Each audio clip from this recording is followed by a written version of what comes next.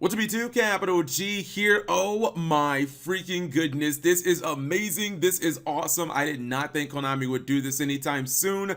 Oh my goodness, my body is ready. I am hyped. I am feeling the freaking flow. I got a still lines from Yuma off of Zexel. This is going to be absolutely amazing, especially if you're a competitive Altergeist player. If you like the archetype, if you like Ghost Girl from Yu-Gi-Oh! Vrains, or if maybe you even just play it casually because our archetype just got a huge buff. I think at this point everybody knows my feelings towards Altergeist. I own basically all the cards IRL. I don't own any multi-fakers, which I might have to go ahead and pick mine up now before they increase in price significantly, but I own the entire deck. I've been playing it since around October on my live stream, played it at YCS Atlanta, etc, etc. I've been playing this deck way before multi-faker was even announced, and this is something Konami definitely needed to get around to doing. It's something that I actually thought that they would not do for a very long time, or really just kind of at their leisure, despite the fact that almost everybody in the Yu-Gi-Oh know, like a lot of people in the community know about this problem. What exactly am I talking about? Because I have to,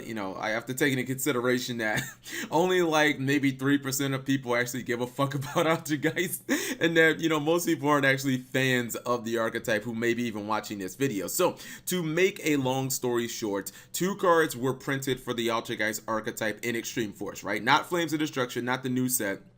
We only got, actually we got what, 3 cards in there? No, we got Emu up, so I think 4 cards in Flames of Destruction. But in Extreme Force, 2 new Altergeist cards were released, and I don't know why or exactly like how this happened, but basically they got misprinted in the TCG. And I'm not talking about, like something similar to Sky Striker Ray, where it's just like, one small punctuation mistake. This changed basically the way that certain cards work. There were a couple of cards in Altergeist Manifestation, and then our Link 2 monster, which is actually the best link monster that we have in the archetype, Altergeist Hextia, and essentially the cards were kind of like nerfed in the TCG. It just didn't make a lot of sense, and a lot of people like myself, we were looking at the cards and thinking, well, why did Konami do this, and why exactly aren't they addressing this? But it looks like they've actually updated the text in the official card database, and this is actually effective immediately. So if you have an event, I don't know, this weekend,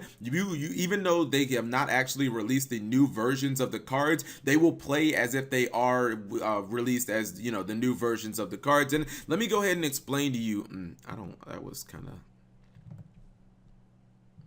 and even though the TCG versions of the cards were just kind of missing a couple of words, it really did change like the potential of the cards, and it made them so much worse in the TCG, except that's not how the cards were actually supposed to be printed. So Altergeist Hextia, the difference between the original OCG version and the TCG version that we actually got is the fact that she could not negate spell and trap effects, and she could only activate like hard activations. Basically, the first time you actually put a card on the field, when you go, activate terraforming from your hand and you place it on the field, that's when she had the ability to negate in the TCG only, but in the OCG she could actually negate the effects of spells and traps. So the difference is, if your opponent had like a field spell, something like Diagram that activates every single turn, or if they had a Trickstar Light Stage where, it has a lockdown effect, or even like something like the burn effect, she would be able to negate those cards, something that's already on the field that's activating something like Zodiac Barrage. In addition to that, if your opponent was activating a spell or trap card in the graveyard, let's say that your opponent was trying to use a Trickstar Reincarnation to summon one of their monsters back, or they were trying to use a Metaphose Fusion to, shuffle it back into the deck and allow them to draw a card. If they were trying to activate one of the True Draco cards that they had distributed, the effect activates in the graveyard, and you're really just using the effect of the card. You're not activating the card itself. She could not negate any of those cards in the TCG, and it really hurt in certain matchups, like against True Draco, which is already kind of a rough matchup for Altergeist. Like, she was a card that was really mediocre. She couldn't negate Diagram when it was already face up on the field. She couldn't stop any of the spells and trap cards from actually activating in the graveyard, and it was really tough, man. And if your opponent had something like a True Draco Heritage on the field and it laid over for a couple of turns, she would not be able to negate it because it was already like hard activated. Now she can do all of those things. The second card, Altergeist Manifestation, which I don't want to explain the entire card. Well, it's actually a really easy card to explain. Just think of it, if you don't know anything about Altergeist, just think of it as our Call of the Haunted. It's a Call of the Haunted for our theme, more or less. And it has to basically, it's like, it's a trap card, but it equips itself to the monster. But yeah, it's almost identical to Call of the Haunted. So the change was actually incredibly small. The only thing they added into it is they say target one Altergeist monster in your graveyard, special summon in attack position. In the TCG, it did not used to say, and if you do, equip it with this card. It just said equipped it with this, or excuse me, it just said and equipped it with this card. The difference was it required in the TCG manifestation to stay face up on the field at resolution for you to actually get the monster. And to put it in context, right? So Altergeist have a couple of cards that allow you to bounce cards on your opponent's side of the field and on your side of the field. Some people like to call it the Altergeist Kieran, Altergeist Sequidius. This is the card that I'm talking about right here. Oops, no, I don't have it. There it is. Altergeist Sequidius, right? Altergeist Sequidius can take an Altergeist card on your side of the field, not Sequidius itself, but another card, and it can bounce it to your hand as a cost, and then you get the bounce a card on your opponent's side of the field. So since it didn't have to stay face up on the field in the OCG like it was supposed to, it meant that you could actually activate our Call of the Haunted Manifestation. You could target any Altergeist card in your graveyard, and then chain link 2, you could chain Sequidius, right?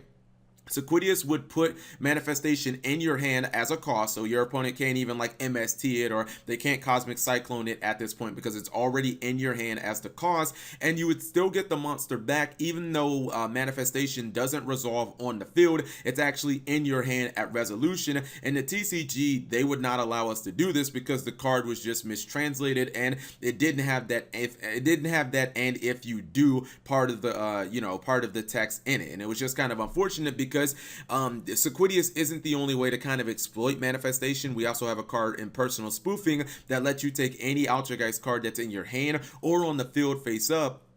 You get to shuffle that card into your deck, and then you get to add basically another Altergeist card. It's kind of like a Rhoda, but it does require a cost, and with the card that gets sent back to the deck is actually a cost, so you'd kind of be able to do the same thing, right? Imagine if you were playing a deck, right, and you could flip over Call of the Haunted, and then you could trade Call of the Haunted back into your deck to get like a monster, and then your Call of the Haunted would still summon that monster. Like, that's basically what we can do now with Personal Spoofing. You activate Manifestation as chain link 1, targeting whatever Altergeist monster in your graveyard you want to get. Then as chain link 2, you activate Personal Spoofing, you send the manifestation back into your deck as a cost, and then boom, you get the resolve Personal Spoofing, getting your new monster, but you also get the monster from the graveyard. And it's really exploitable when you think of it in the context of Sequidius, because essentially you get a monster reborn well, it's not a monster reborn because it's mainly going to happen during your opponent's turn, but most of the time you end up getting a free monster every single turn if you have Sequidius and you have manifestation. You just activate your manifestation,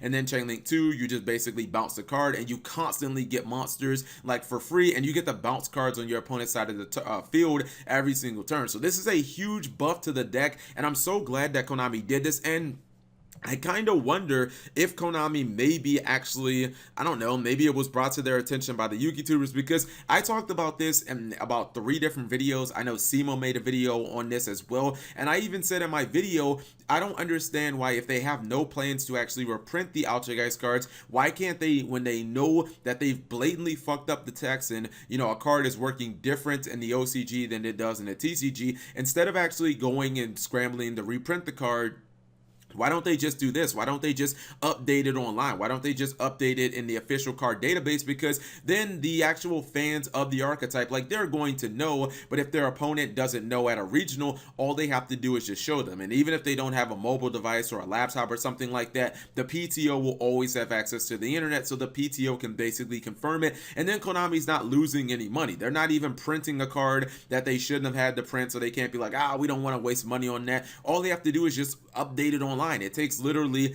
what, 15-20 minutes, and, you know, maybe they can make a memo or they can post it on the Konami blog so players actually know. Luckily, this information did get out, and I'm trying to spread it as quick as possible. But I feel like this is something that they should use way more often in case there are any other future mistakes. And I'm just so glad that they've done this. This has actually made me really excited because we have not been able to do those plays in the TCG, and they're super significant. I'm talking about the difference between winning and losing a duel with Altergeist. So whatever you guys think, leave it in the comments section below. Altergeist Tier 0, baby. We are the next Zodiac. And thank you guys for watching. As always, subscribe if you have not already. Turn on that notification bell for daily videos. This video has been brought to you by Audible. Get a free audiobook download and 30-day free trial at audible.com/megacapitalG. Over 180,000 titles to choose from on your mobile device. I'm listening to the amazing I Can't Make This Up by Kevin Hart. Link in the description.